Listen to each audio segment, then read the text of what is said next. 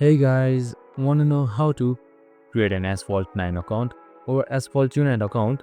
Well, no worries. In this video, I'm going to show you an easy step-by-step guide on how to do it. It's super simple, so let's get straight to it. Now first off, simply open up your Asphalt 9 application, and once you're there, just select your A's first of all. Now select accept, and once you've done that, just simply select agree and close.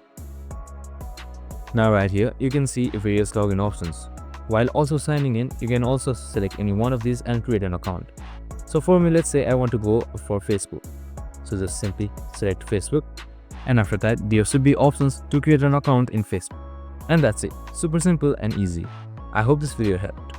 If it did, make sure to like, subscribe, and tune in with us for more of these videos.